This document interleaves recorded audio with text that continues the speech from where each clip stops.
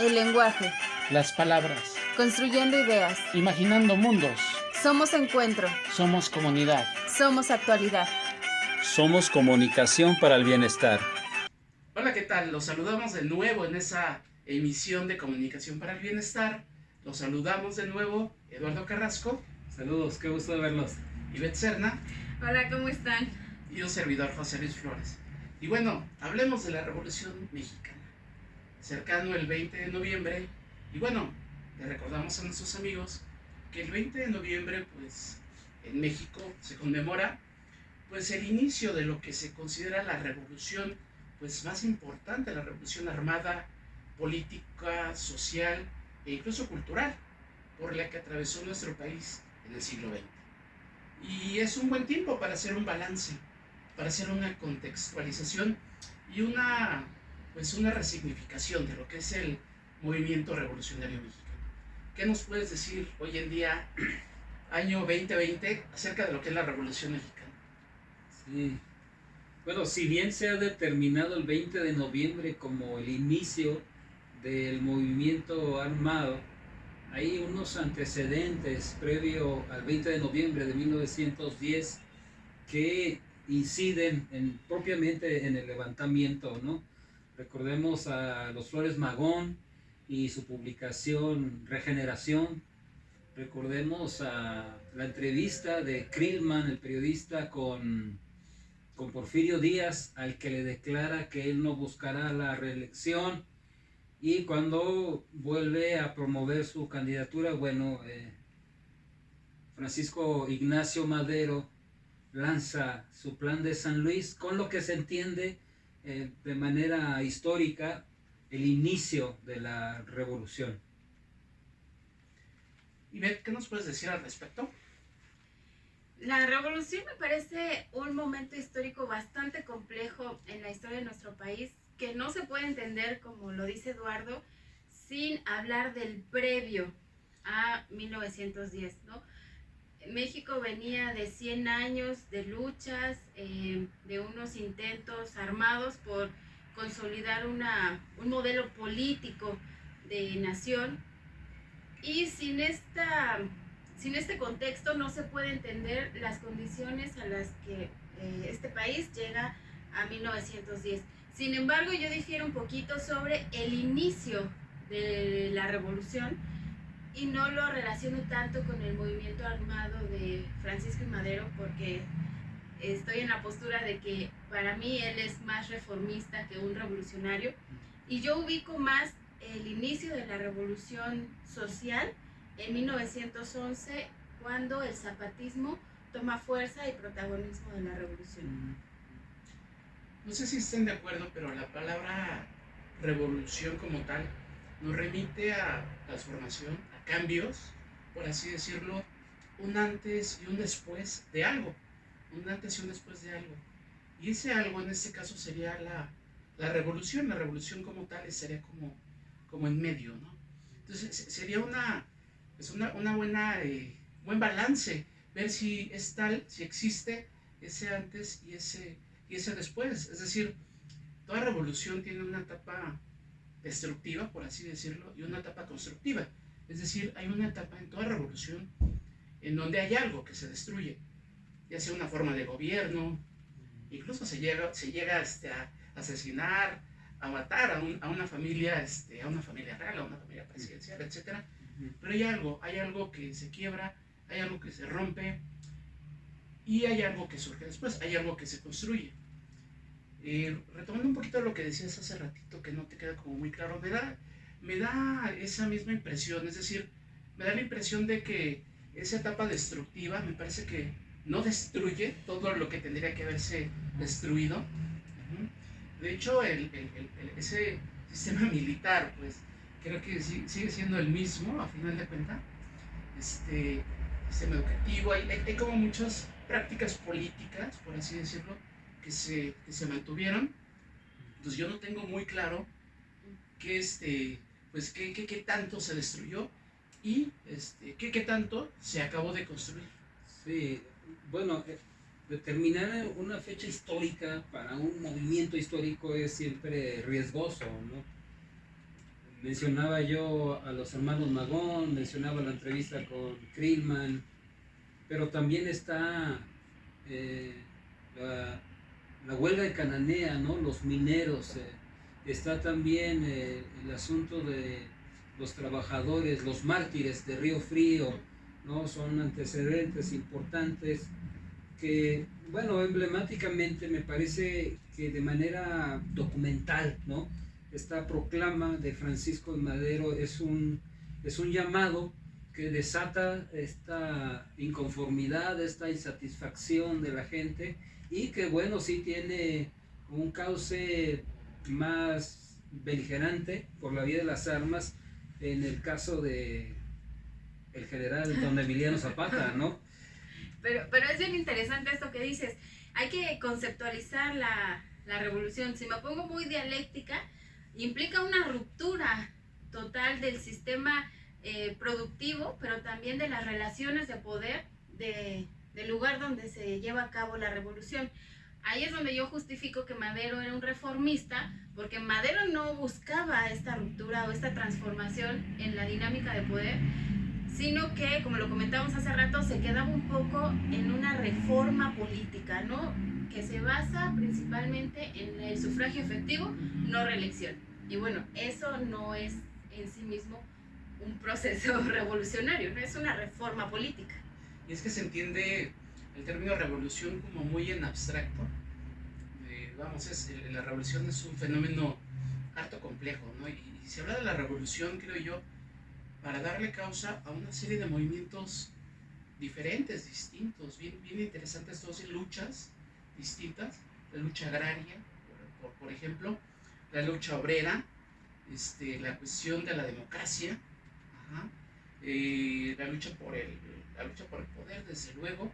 Entonces, de repente entendemos a la revolución mexicana en una mira, creo yo, bastante corta, tratando de englobarla en esa palabra revolución, siendo que hay como, es muy compleja, ¿no? Y abarca, pues, aspectos diversos. Pero la pregunta que te haría es que si logras distinguir un antes y un después de la revolución, es decir, si logras ver esas etapas de la revolución, esa etapa destructiva y esa etapa constructiva en la revolución mexicana. Híjole, yo logro ver muchas etapas destructivas, ¿no? Porque hay muchos movimientos caudillistas que van tratando de destruir estas dinámicas, estas lógicas políticas, económicas, de poder. Agregaría yo a lo que estabas comentando, hay cuestiones de esclavismo que no se mencionan mucho, pero que es el tema central de la revolución, disfrazado de muchas cosas, pero es un tema de esclavitud. Pero lo que no alcanzo a distinguir es este proceso reconstructivo. Me parece que hay un momento conciliatorio, que hay un momento donde cierto grupo logra un momento de calma, de tensa calma, y es muy hábil para institucionalizarlo. Pero yo no veo esta construcción, yo más bien veo este cese al fuego y esta conciliación. Este México oscuro pero real que nos comentas, este México esclavista, es descrito de manera, creo yo, magistral por John Kenneth Turner en México bárbaro. Es decir, ahí hay una descripción, ahí hay un involucramiento a esa realidad bien compleja, en donde pues, el mexicano de aquella época, o muchos mexicanos, fueron pues, incluso secuestrados, ¿no? Para llevarlos a trabajar a las famosas fincas enequeneras, a Valle Nacional, etcétera, ¿no? Ahí es pero es bien curioso, ¿no? Como el conocimiento de ese México profundo y oscuro, desde luego, pues nos llega por el periodismo y por la literatura, ¿no? Y el papel del periodismo, sin duda, fue bien interesante, y yo agregaría no solo del periodismo, sino de las tecnologías de comunicación, los medios de transporte, en términos generales, jugaron un papel fundamental en la Revolución Mexicana, ¿no crees, Eduardo? Sí, vamos, no había internet, no había wifi, pero las capacidades tecnológicas de la época tienen un papel importante en la difusión y la distribución de las ideas y los pensamientos, y también, vamos, de lo que era necesario para el enfrentamiento armado, ¿no? Las ideas y las armas, ¿no? Aquí el papel de la prensa en la época juega un papel decisivo. Hay, vamos, una prensa que hoy podríamos calificar de orgánica para cada caudillismo regional, con una causa muy local quizás, que se trata de amalgamar de alguna manera, y que en algunos momentos y periodos de la gesta revolucionaria se llega a conseguir con una tensa calma, digamos, con una tensa dinámica dentro de los mismos colegios, por llamarle de alguna manera, a los cuerpos que se iban constituyendo en esta gesta revolucionaria, ¿no?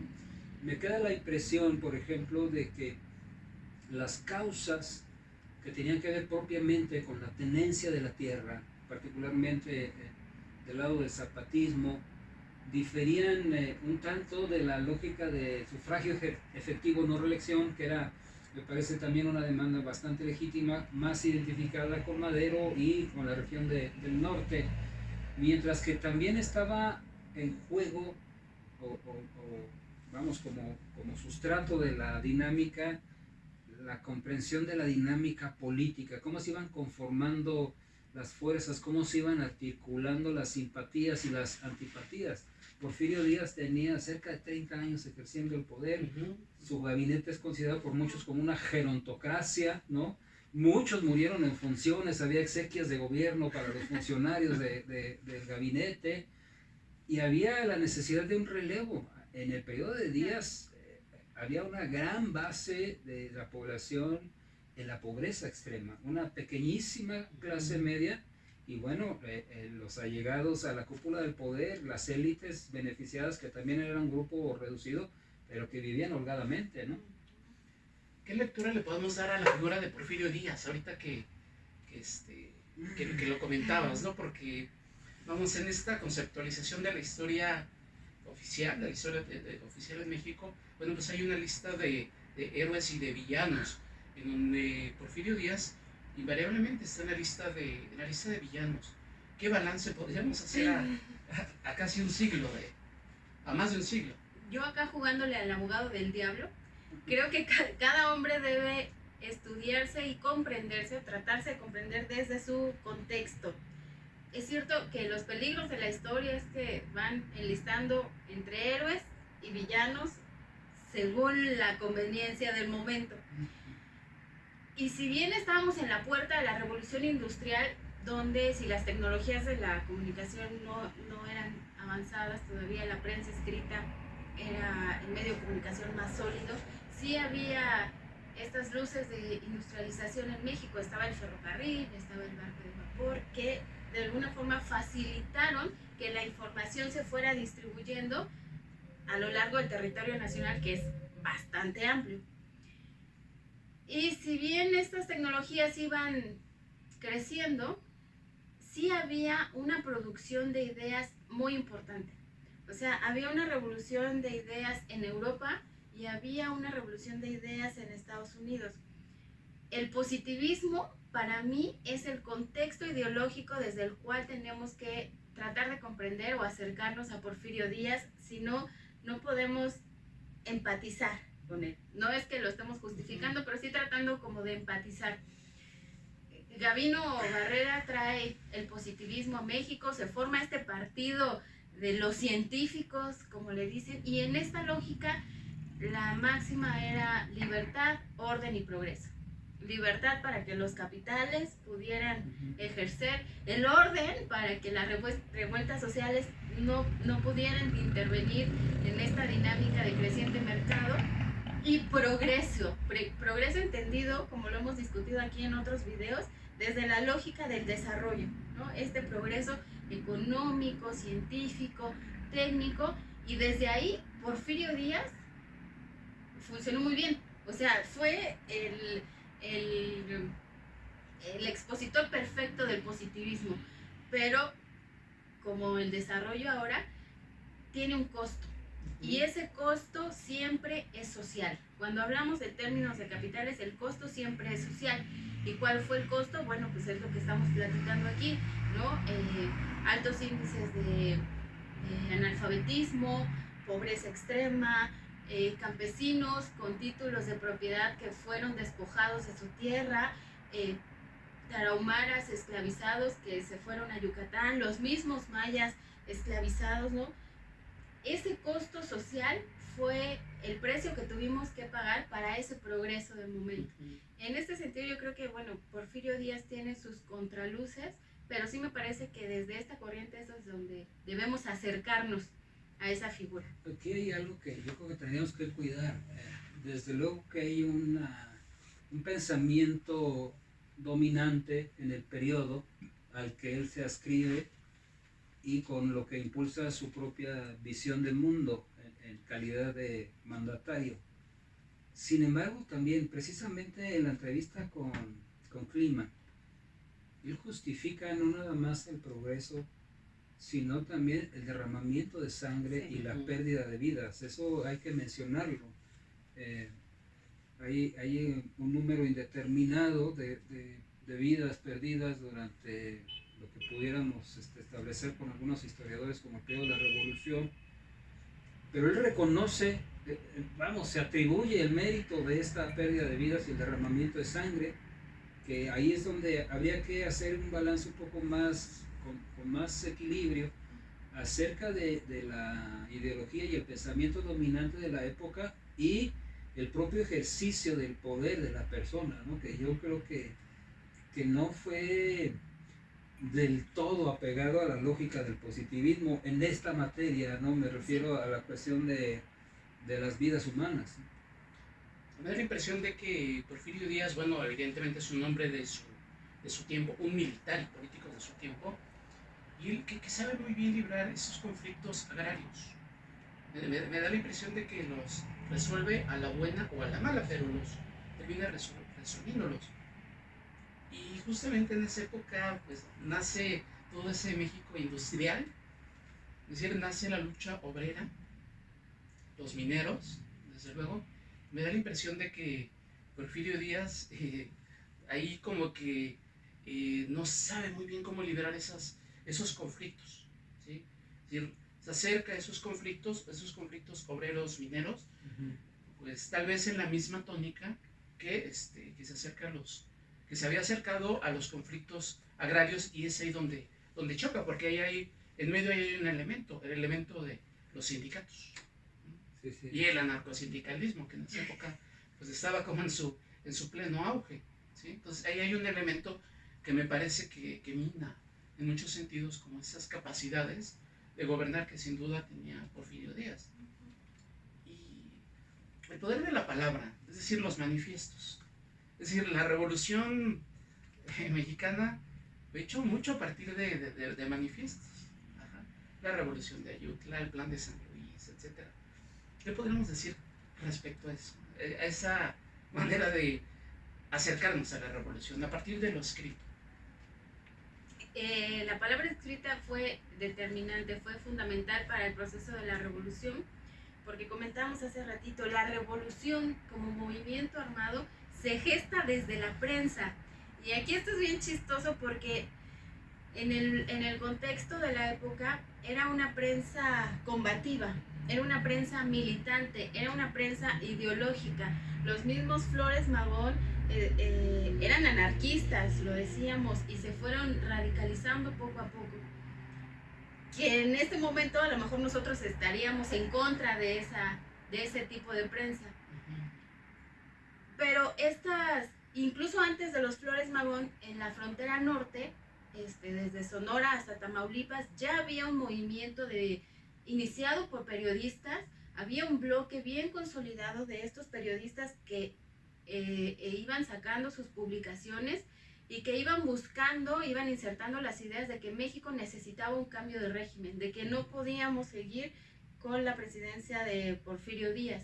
Y desde ahí se fueron gestando estas, ideas revolucionarias. Comentábamos que, bueno, Madero también es un hombre de su tiempo, ¿no? Y cuando llega, funda su partido y se propone como candidato a la presidencia, ya viene mediado, ¿no? Él viene con todas estas ideas del norte y ya viene mediado, ya viene con esta visión revolucionaria, que si bien al principio no termina de aceptarlo, se da cuenta con el paso del tiempo que no queda más remedio que ir por ese camino que ya habían propuesto desde, no sé, estoy hablando de 1880, ya se estaba generando la idea de la revolución y que bueno, tiene que culminar en 1910. Eduardo, la revolución plasmada en la prensa, pero además plasmada en la literatura, pero además plasmada en el cine, pero además plasmada en la plástica. Es decir, tenemos a una revolución mexicana que, por así decirlo, se sintetizó, se plasmó, se difundió y creó todo un mito de la mexicanidad. ¿Qué nos puedes decir de eso, de esas revoluciones mexicanas plasmadas en diversas artes, manifestaciones? Sí. Bueno, hay que recordar el principio del cine mudo, ¿no? Hay imágenes en cine de Madero aterrizando, volando en avión, ¿no? Primer presidente, parece ser, del mundo y de la historia que se transportaba, llegó a transportarse en avión. El conocidísimo el arribo del tren en la primerísima filmación que se conoce de cine, el telégrafo, ¿no? Los telegramas, diferentes soportes, diríamos hoy, de comunicación, ¿no? Y la palabra impresa, ¿no? En la prensa, en los manifiestos, los diferentes planes de los diferentes caudillos regionales. Hay, interesantemente, una mayor capacidad. Vamos, estamos a principios del siglo XX, son tecnologías de comunicación que se están conociendo, que impresionan quizás hoy, como hoy en la actualidad las tecnologías a las que nosotros tenemos acceso, ¿no? ¿Acaso la limitación, por ejemplo, de la palabra impresa en libros, en prensa, en los planes diferentes, era el analfabetismo, ¿no? Pero eso también permitía que alguna persona que tuviera el conocimiento pudiera hacer la lectura en voz alta O cantaba corridos. O cantaban corridos, ¿no? Y la interpretaba. O sea, también ya había una mediación, ¿no? Del líder de opinión. Sí, los corridos, vehículos fundamentales para el movimiento armado, ¿no? La rielera, la cucaracha, infaltable, sí. ¿No? Valentina, ¿no? O sea, ahí esta exaltación del movimiento urbano, los corridos que no tienen prácticamente nada que ver con los narcocorridos actuales, por favor, no confundirlos, ¿no? Eran unas epopeyas musicalizadas y cantadas que no necesitaban acaso de una guitarra para poder ser interpretadas, que era el momento en el que la bola, como se llamaba a los soldados de la revolución, pasaban las noches en vela durante sus campamentos de custodia, ¿no? Pero también hay otro tipo de legado. Platicábamos antes de entrar a este video, aquel documental que se hace sobre Pancho Villa, el revolucionario mexicano que había atacado Columbus, y se vuelve un poco lo mencionábamos, ¿no? Como un rockstar de la revolución. Ahí se vuelve un personaje protagónico de los medios de la época, ¿no? Hoy podríamos decir que era tendencia durante muchos años. Era tópico de tendencia, ¿no? Y hay un influjo posterior a lo que podíamos establecer como estrictamente el movimiento armado en el pensamiento de la transición a la post-revolución, ¿no?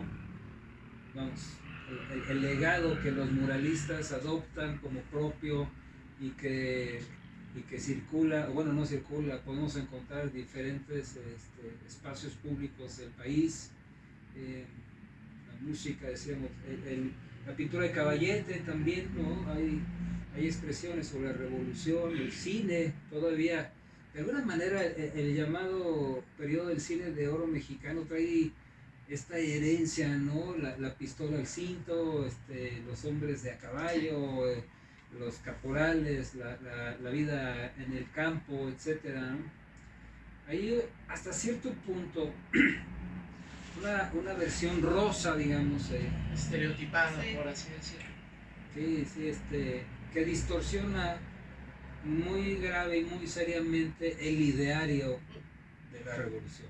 Pero, y no sé si estén de acuerdo, de alguna manera fue un factor que empezó a generar un sentido de identidad hacia lo mexicano, es decir, y a nivel de esa construcción identitaria de lo que es el mexicano, pues está bien presente, ¿no?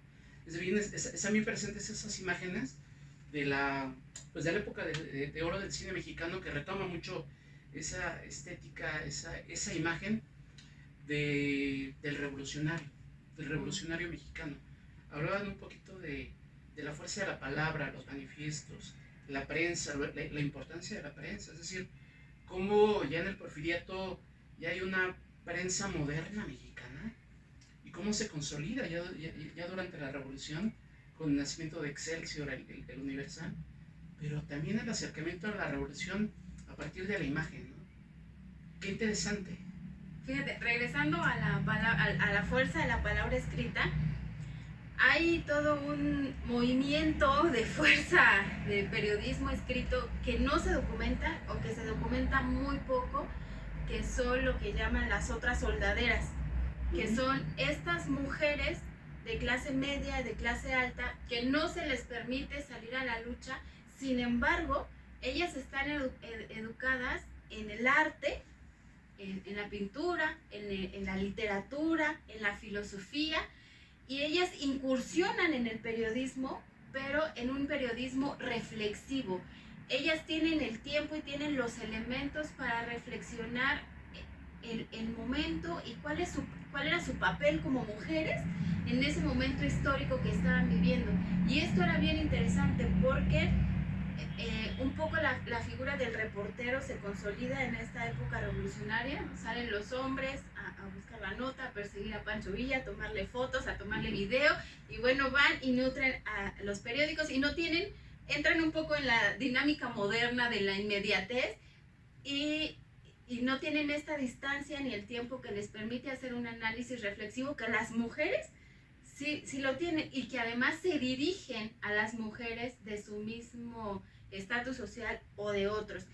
Por eso a veces estas anécdotas de que llega Madero y es acogido por las mujeres, que a veces no podemos entender cómo es que estas mujeres de la clase alta o media van y arropan a un revolucionario, y tiene que ver con estas figuras que no se estudian, pero que tuvieron mucha fuerza y que la revolución no les hizo justicia en el sentido de que bueno, si en ese momento el reportero tenía que ser un hombre con mucha resistencia, porque aparte pasaba como casi, pues era un periodismo de guerra, y ahí pues para poder aguantar tenía que recurrir a otros medios como el alcohol, el cigarro, y ahí también empezaron a asociar el periodismo con estas prácticas. Cuando estamos en la época post-revolucionaria, con este cambio industrial y político, a la mujer se le hace una apertura más visible hacia el periodismo, pero como reportera. Y en ese momento son los hombres los que toman el papel de analista. Incluso hoy día es muy difícil que una mujer tenga un espacio de columna, de reflexión o de opinión en comparación de un hombre. Entonces, esos son unos de los cambios que yo veo en los roles de género, pero también de género periodístico, que se gestaron durante y después de la revolución. ¿Y tú qué legado ves? ¿Cómo ves? ¿Qué legado? No, lo que les iba a comentar es que esa perspectiva de la palabra, pero también la perspectiva de la imagen. Vamos, hablabas del cine mexicano y esas imágenes mitificadas, ¿no? Del revolucionario, pero creo que el previo fue el inicio de la fotografía o a la consolidación de la fotografía documental mexicana, justamente en la época de la revolución. Y aquí podemos mencionar 3 o 4 nombres, Ujú. empezando por el papá de Frida Kahlo, Guillermo Kahlo, que no hace tanta foto de la revolución, pero se hace una foto de la época revolucionaria, es decir, retrata un poco el México de aquella época, pero sí podemos hablar de los hermanos Casasola, es decir, todos unos auténticos corresponsales de guerra, que bueno, salían al frente de batalla, tomaban fotos y además compraban fotografías de gente que trabajaba para ellos. Hay muchos héroes anónimos, muchos fotógrafos anónimos que no aparece su crédito en la fotografía, aparece como Agustín Casasola, hermanos Casasola. Pero ellos compraron la fotografía porque eran una agencia fotográfica. Desde luego que tiene un legado, es la historia gráfica de la Revolución Mexicana, como se comenta, y el fotógrafo norteamericano, Hugo Breme. Es decir, él viene a México a tomar paisajes, a retratar Xochimilco, a retratar los remedios, pero le agarra la Revolución Mexicana aquí y ya no se va. La famosa foto a propósito, claro, aprovecho para hacer esa aclaración, la famosa foto en donde aparece Zapata con la banda presidencial y con el sombrero, con el rifle, no es de los hermanos Casasola, es de Hugo Breme. Es bien interesante, ¿no? Toda esa parte gráfica, toda esa parte visual, que después pasa desde luego a la plástica. Es decir, desde la pintura, bueno, tenemos a los muralistas que hacen que tenemos todo un legado bien interesante, y de ella después al cine. Eso en términos como en términos de medios de comunicación, en términos de arte, en términos de imagen. Pero ya en otros términos, en términos históricos, ya visto a casi un siglo, a más de un siglo, pues ¿cuál es el legado que tú en lo personal crees que nos deja la Revolución Mexicana?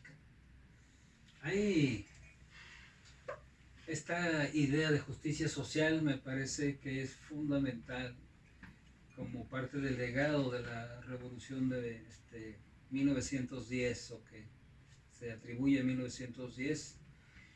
La democracia electoral, que no me parece menor cosa, aunque también no es un ejercicio pleno de los legítimos derechos que se pueden ejercer con la democracia, ¿no? Necesitamos una democracia mucho más participativa.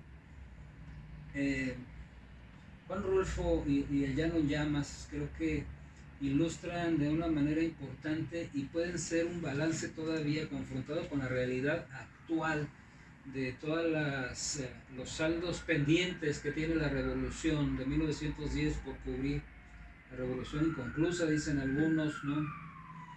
Y hay un personaje un poco diluido,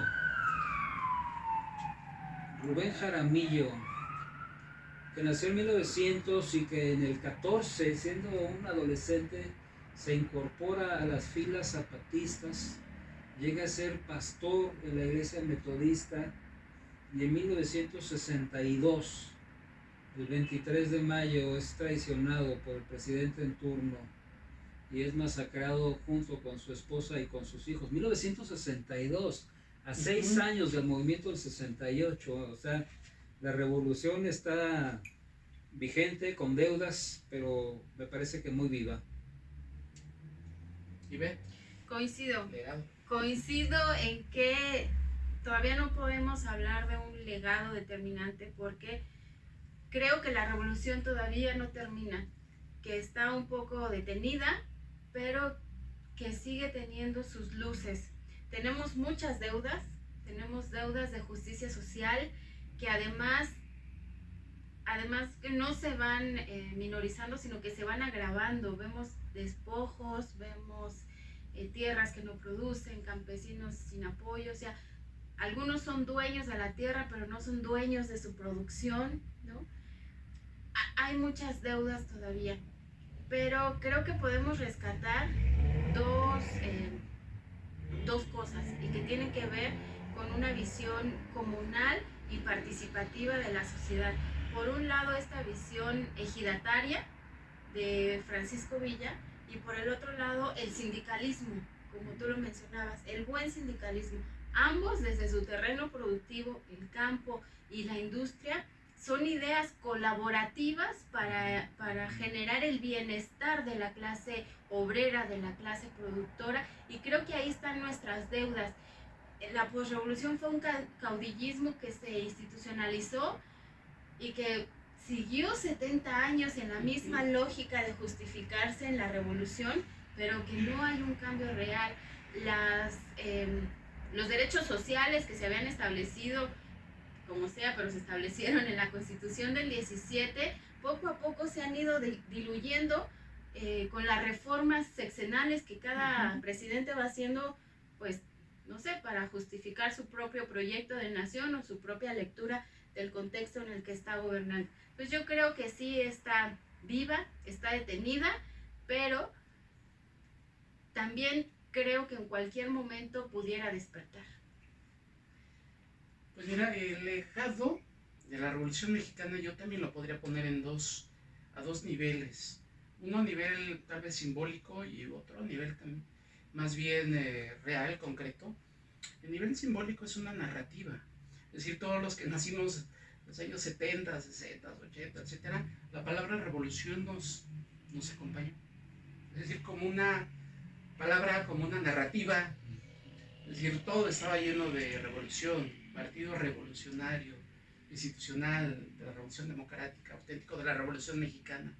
Mucho de la obra que se hacía tenía que ver con la revolución, ¿sí? Entonces, en esa perspectiva simbólica, bueno, tuvieron cabida héroes encontrados entre sí, que en la vida real estaban encontrados entre sí. Es decir, en ese panteón, por así decirlo, de héroes nacionales, pues coinciden Álvaro Obregón y Francisco Villa, pero también Venustiano Carranza, pero también Zapata, pero también Madero, etc. Es decir, héroes que en lo simbólico me parece que tienen un sentido que estén ahí, pero ya en el sentido histórico, en el sentido más estricto, bueno, habría que hacer una segunda lectura un poquito más fina para entender, ¿no?, toda la obra de cada uno de ellos. Desde luego, lo que comentabas hace ratito, la parte ya no simbólica, pero sí la parte real, ¿no?, el legado como más de obra después de la Revolución Mexicana. Sin duda, la parte democrática habría que, con todos sus asegúnes, desde luego, y creo que nos hemos tardado muchísimo en consolidar esa parte de la cultura democrática, pero bueno, vamos, creo que habría que destacarlo y rescatarlo. La parte de la educación, es decir, la parte de la masificación de la educación, creo que también es una obra de la revolución mexicana. Por ahí la fundación de la SEP, que bueno, me parece que ya desde el porfirismo había un proyecto bien interesante, ¿no?, con Justo Sierra, acerca de la educación de la educación nacional, la parte sindical, etcétera. Es decir, podemos encontrar así un legado muy concreto, ¿no?, y muy rico, por así decirlo. No sé si quisieras agregar algo, estimado Eduardo. Sí, hay un factor que me parece muy poco difundido, por lo menos. La relación de el naciente Estado mexicano revolucionario, la transformación del sistema político del Estado mexicano y su interlocución, su relación con la iglesia, ¿no? Llama la atención que, si bien la reforma es anterior, la aplicación de las leyes de reforma es parte también del contexto a principios del siglo XX. Hay un conflicto armado en el segundo lustro de los 20 en el siglo XX, que está también por cumplir un siglo. El ejercicio de la autoridad que hizo Calles como funcionario del gobierno de Álvaro Obregón, creo que hay que analizar con mesura, con seriedad, sin apasionamientos, cómo fue la interlocución ahí, por qué las autoridades civiles de la época llegaron a ejercer de esta manera sus facultades, ¿no? Hay mucho todavía, se ha dicho muchísimo y se dirá mucho en estos días especialmente sobre la revolución, pero también me queda la impresión de que hay mucho más que estudiar, que decir y qué hacer. Vivet, ¿qué nos dirías ya por último? yo creo que la importancia de la revolución está que tuvo tal calidad de ideas y tal inteligencia en la palabra escrita que bien puede sentar las bases de un pensamiento autónomo mexicano.